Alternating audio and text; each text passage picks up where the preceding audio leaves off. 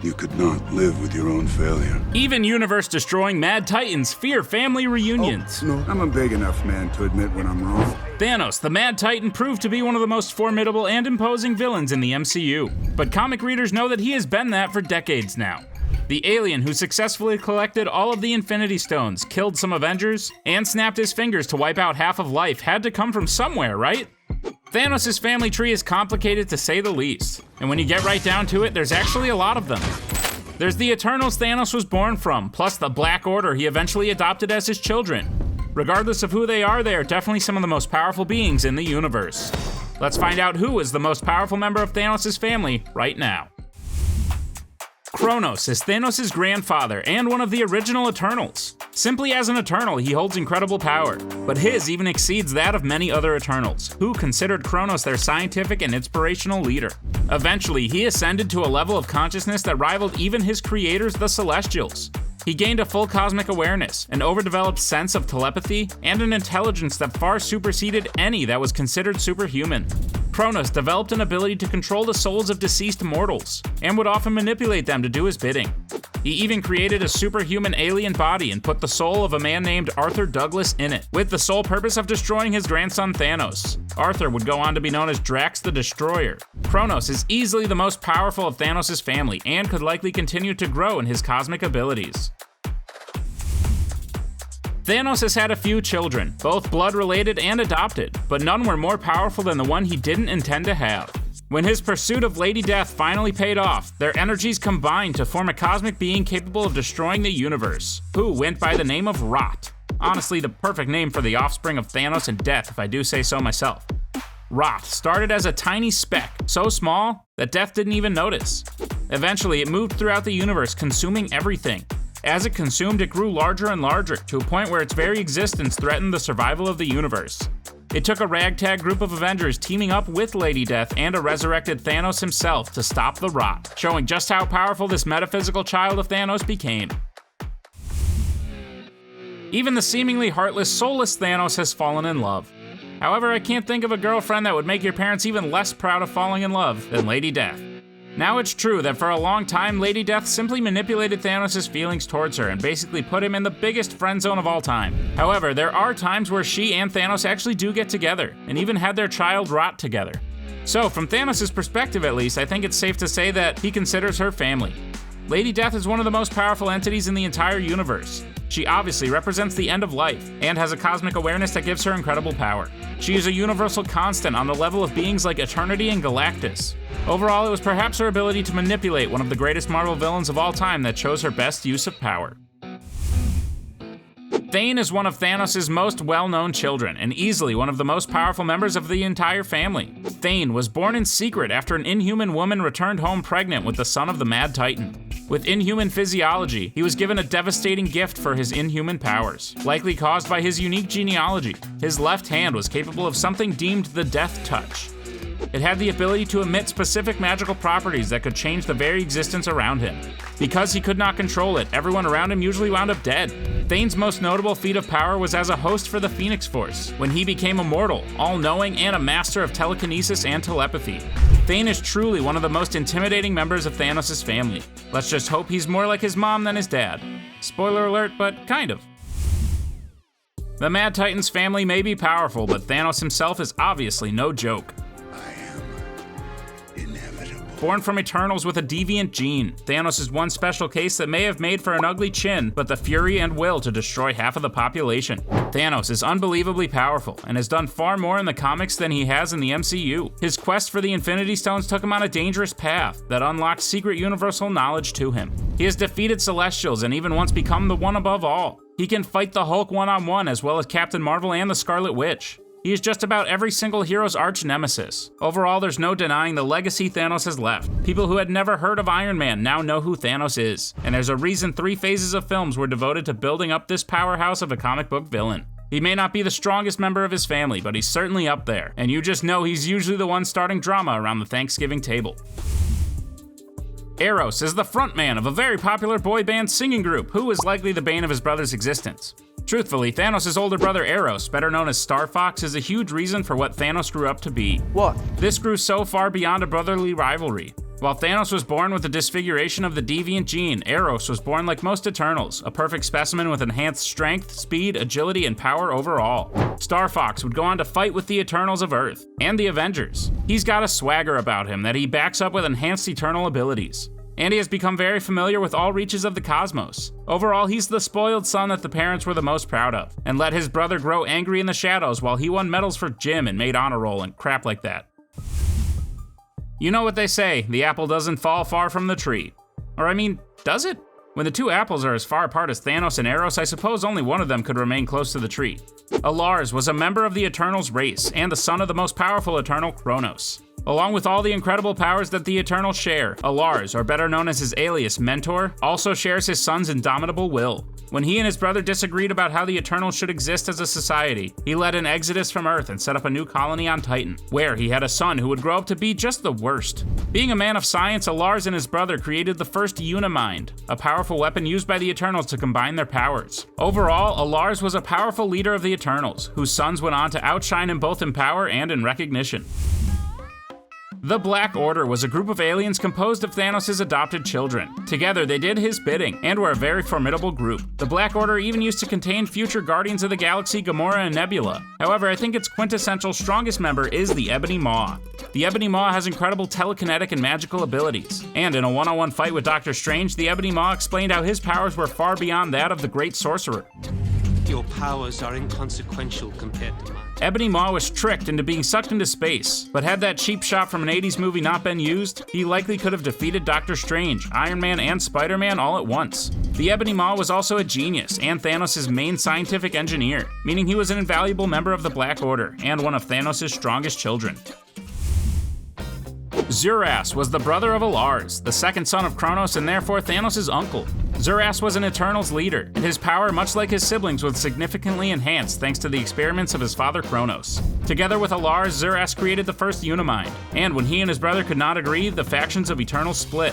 While Alars went to set up a colony on Titan, Zuras stayed on Earth and founded the city of Olympia. It was there where he worked with the gods such as Zeus and Athena to barter an alliance between the gods and the Eternals. Overall, Zuras was a great leader who, let's just say, has a lot more reason to be proud of his children than his brother does.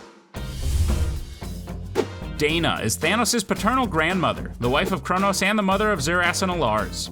She was an extremely powerful Eternal, as one of the original and wife of the most powerful. Beyond all of the usual abilities that Eternals possess, Dana was considered one of the wisest. As a member of the Gaian Sisters, she studies the current events of the Earth and used that research to create accurate prophecies that would predict the future. She was a trusted advisor to the Eternals' leadership and overall helped start one of the most powerful family lineages ever to exist. Uranos is one of the most powerful of the original Eternals. He is Kronos' brother and therefore the great uncle to the Mad Titan. Uranos' power exceeded that of many Eternals that came after him, and he showed the ability to shoot lasers from his eyes and energy from his chest that had the ability to wipe out entire civilizations. Uranos led a colony of Eternals off-planet, following his losing of the Civil War against his brothers. On the planet Uranus, he stayed for hundreds of years, and helped grow an entirely new civilization of Eternals. He has given himself the nickname Uranos the Undying, which is odd because at one point or another he was replaced with a nearly identical clone whom his followers treated like the real thing. Oceanus was the other brother of Kronos, who was way less violent or intrusionary than his two brothers. During the Eternal Civil War, Uranos believed they should use their powers to conquer the world, while Kronos strongly believed in non-interventionism. Oceanus joined the side of Kronos, and along with him banished their brother from Earth. After this tragic event, Oceanus recluded to a life in the ocean, where he gathered Deviants and Eternals together to form the Oceanic Watch, truly following the model of Eternals, only interfering where necessary. Oceanus is an extremely powerful Eternal, though he rarely chooses to use that power. Corvus Glaive is often depicted as the leader of Thanos' Black Order. As one of his adopted children, Corvus Glaive specializes in military and battle strategy. There are few who can match his strategic mind, and at the end of the day, he's a very large alien who is definitely no fun to fight. On top of his incredible fighting skills and strategic mind, Corvus Glaive wields one of the most powerful weapons, and let's just say it's a good thing he wasn't named Corvus Sword or Corvus Nunchucks. His glaive can cut through just about any material. It's been said that it's so sharp it can even split atoms. His glaive also essentially makes Corvus immortal, as in the comics it is able to bring Corvus back to life after he perishes. I would say the MCU glaive is a little different since Corvus has died twice now. As you know by now, Thanos' lineage is the same as the Eternals, created by the Celestials 1 million years ago. This means that technically speaking, he is a distant cousin to any and all Eternals. This includes the more well-known ones such as Icarus, Gilgamesh, Sprite, Druig, and everyone. However, his not-so-distant cousin is the Earthbound Eternal Thena. Thena is actually the daughter of Zuras, making her Thanos' first cousin. She could probably fare pretty well in a one-on-one fight with the Mad Titan, and while her power is great, I don't think she would win without her fellow Eternals. She is still a master with all weapons, especially since she has the ability to conjure them from thin air. When the Mad Weary overtook her, she was so dangerous that she nearly killed many of her fellow Eternals. She's one of the most powerful Eternals on Earth, and likely very embarrassed by her cousin's constant destruction.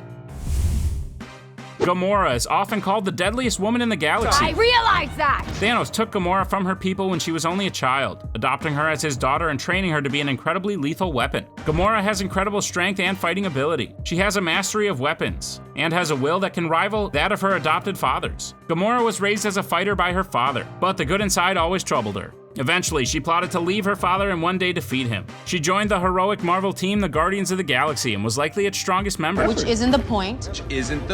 In the MCU, Gamora was sacrificed by Thanos in order to obtain the Soul Stone.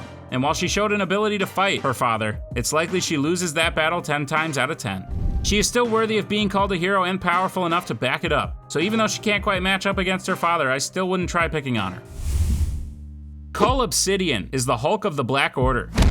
He is a giant behemoth of an alien who poses a threat but is easily defeated by certain Avengers. Cull Obsidian is one of the strongest of Thanos' children in terms of pure strength, but he lacks quite a bit upstairs. He's very similar to characters like the Rhino, who make up for their lack of brains with an extra few sets of muscles. Cull Obsidian is resourceful enough to use powerful retractable weapons, and replace body parts with machines, making him even stronger. Overall, he's an intimidating presence, but he's been killed by Bruce Banner and Ant-Man, showing that he definitely doesn't have the stuff that some of the other children of Thanos do. Nebula is the adopted daughter of Thanos in the MCU. There's an idiot in the landing zone. Though she is never able to defeat her sister Gamora, Thanos spent years punishing her for every time she lost. Her punishment was horrific, and Thanos would systematically replace different parts of her body with machines. Eventually, she became more metal than flesh, which means not only can she take a punch and completely reassemble herself, but she can also dish it out. She has had one of the greatest arcs in the MCU, and is now a very helpful ally to the Guardians of the Galaxy. She has the guts to take on her father and sister over and over again, even though she is often overpowered by them. Still, her ability to survive is one to admire. Proxima Midnight was the only female member of the Black Order left after her two sisters so rudely quit the team. She is a master fighter with incredible strength. She's double the size of any normal woman, with strength capable of taking on Captain America.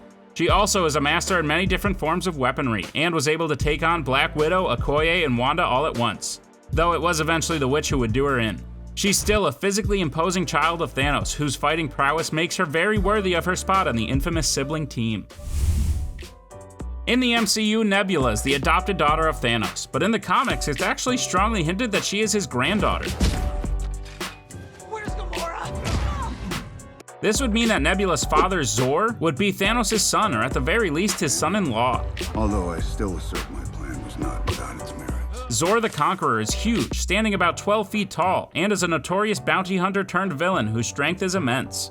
He once rampaged through New York City, only to be stopped by Nova. He wields incredible weapons such as an energy blaster, which he uses to bring down skyscrapers. Zor the Conqueror is certainly formidable, but given that his look strongly resembles another popular villain in Kang the Conqueror, I think it's safe to say he tried to distance himself from his father. Damocles, scan all surviving records from the 21st century. Susan is the mother of Thanos and Eros, who, let's just say, won't be winning any Mother of the Year awards anytime soon. Susan is an Eternal, but more importantly, she is a survivor. She follows Uranos wherever he went, and eventually wound up in isolation on the moon of Titan, following several Kree attacks. It was here where she met Alars and had his two children. Obviously, she was very happy with Star Fox, but when she first laid eyes on Thanos as a child, she instantly tried to kill him, and would go on to treat him like the monster he would grow up to be throughout his entire childhood. Overall, Susan is powerful, just like all the Eternals, and is responsible for raising one of the most notorious villains in the universe. This day extracts a heavy toll. The lineage of the Mad Titan is extensive and powerful. His uncles, grandmothers, and children all pose a serious threat or a serious help to the universe, usually alongside or against Thanos himself. Which member of Thanos' family do you think is the most powerful?